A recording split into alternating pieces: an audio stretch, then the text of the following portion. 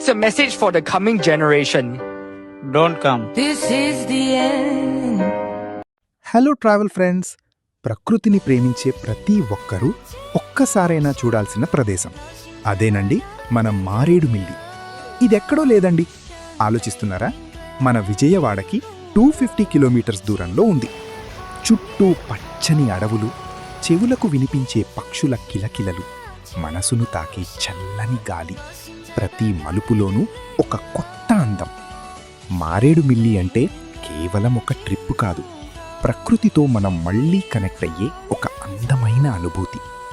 అడవుల మధ్య ప్రయాణం, జలపాతాల సౌందర్యం, కొండల మధ్య మబ్బుల పరవశం, ఇవన్నీ కలిసి ఈ ప్రయాణాన్ని మరచిపోలేని జ్ఞాపకంగా మార్చేస్తాయి.